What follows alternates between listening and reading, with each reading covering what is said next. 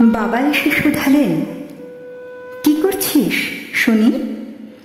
কাপড় কেন তুলিস বাক্সে? যাবি কোথায়?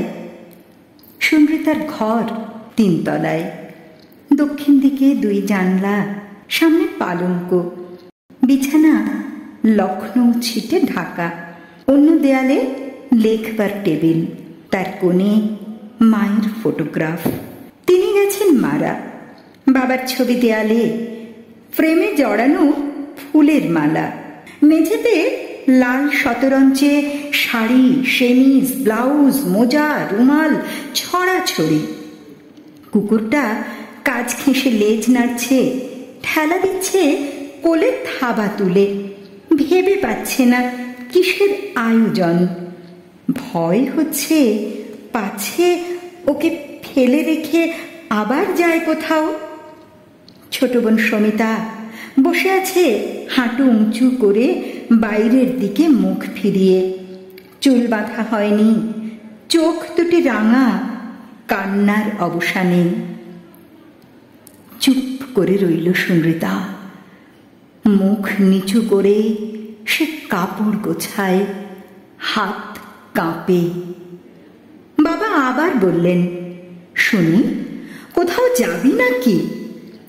সুমৃতা শক্ত করে বললে, তুমি তো বলেইছ এ বাড়িতে হতে পারে না আমার বিয়ে, আমি যাব অনুদের বাসায়। সমিতা বললে, ছি ছি দিদি, কি বলছো? বাবা বললেন, ওরা যে মানে না আমাদের মত, তবু ওদের মতই যে আমাকে মানতে হবে চিরদিন। এই বলে শুনি সেফটি পিন ভরে রাখলে লেফাফায়। দৃঢ় ওর কণ্ঠস্বর, কঠিন ওর মুখের ভাব, সংকল্প অবিচলিত। বাবা বললেন, অনিলের বাপ জাত মানে, সে কি রাজি হবে? সগর্বে বলে উঠল সুমৃতা, চেনো না তুমি অনিল বাবুকে? তার জোর আছে পৌরুষের, তার মত তার নিজের। দীর্ঘ নিঃশ্বাস ফেলে বাবা চলে গেলেন ঘর থেকে। সমিতা উঠে তাকে জড়িয়ে ধরলে, বেরিয়ে গেল তার সঙ্গে।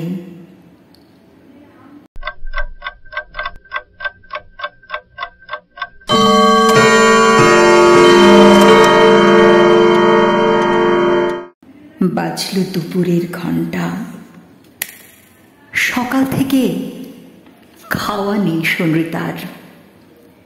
সমিতা একবার এসেছিল ডাকতে, ও বললে খাবে বন্ধুর বাড়ি গিয়ে। মামারা মেয়ে বাপের আদুরে মিনতি করতে আসছিলেন তিনি। সমিতা পথ আগলিয়ে বললে, কখনো যেতে পারবে না বাবা, ও না খায় তো নেই খেলো। জানলা থেকে মুখ বাড়িয়ে দেখলে সুমৃতা রাস্তার দিকে এসেছে অনুদের গাড়ি। তাড়াতাড়ি চুলটা আছড়িয়ে ব্রোচটা লাগাচ্ছে যখন কাঁধে। সমী এসে বললে, এই নাও তাদের চিঠি, বলে ফেলে দিলে ছুঁড়ে ওর কোলে। সুমৃতা পড়লে চিঠিখানা, মুখ হয়ে গেল ফ্যাকাশে, বসে পড়ল তরঙ্গের উপর। চিঠিতে আছে, বাবার মত করতে পারবো নিশ্চিত ছিল মনে, হলো না কিছুতেই, কাজেই। বাজলো 1টা। শুনে চুপ করে বসে, চোখে জল নেই। রামচরিত বললে, সে মোটর দাঁড়িয়ে অনেকক্ষণ। শুনি বললে, যেতে বলে দে। কুকুরটা কাছে এসে বসে রইল চুপ করে। বাবা বুঝলেন, প্রশ্ন করলেন না, বললেন ওর মাথায় হাত বুলিয়ে, চল শুনি হোসেঙ্গাবাদে, তোর মামার ওখানে।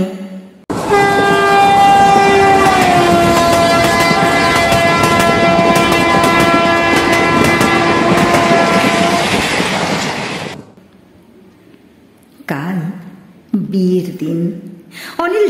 করেছিল হবে না বিয়ে। মা ব্যথিত হয়ে বলেছিল থাক না। বাপ বললে পাগল নাকি। ইলেকট্রিক বাতির মালা খাটানো হচ্ছে বাড়িতে, সমস্ত দিন বাজছে সানাই, হু হু করে উঠছে অনিলের মনটা। তখন সন্ধ্যা 7টা। সুনীলের বউবাজারের বাড়ির একতলায় ডাবা হুঁকো বাঁ হাতে ধরে তামাক খাচ্ছে কৈলেশ সরকার, আর তালপাতার পাখায় বাতাস চলছে ডান হাতে। বেহারাকে ডেকেছে পা টিপে দেবে। কালিমাখা ময়লা জাজিমে কাগজপত্র রাশ করা, জ্বলছে একটা কেরোসিন লণ্ঠন। হঠাৎ অনিল এসে উপস্থিত। কৈলেশ শশব ব্যস্ত উঠে দাঁড়ালো শিথিল কাছা কোঁচা সামলিয়ে। অনিল বললে পার্বণীটা ভুলেছিলেম গোলেমালে, তাই এসেছে দিতে। তারপরে বাঁধো বাঁধো গলায় বললে অমনি দেখে যাব তোমাদের শনি দিদির ঘরটা। গেল ঘরে, খাটের উপর রইল বসে মাথায় হাত দিয়ে। কিসের একটা অস্পষ্ট গন্ধ, মূর্ছিতের নিঃশ্বাসের মতো। সে গন্ধ চুলের না শুকনো ফুলের, না শূন্য ঘরে সঞ্চিত বিজড়িত স্মৃতির। বিছানায়, চৌকিতে, পর্দায়। সিগারেট ধরিয়ে টানল কিছুক্ষণ, ছুঁড়ে ফেলে দিল জানলার বাইরে। টেবিলের নিচে থেকে ছেঁড়া কাগজের ঝুড়িটা নিল কোলে তুলে। ধক করে উঠল বুকের মধ্যে।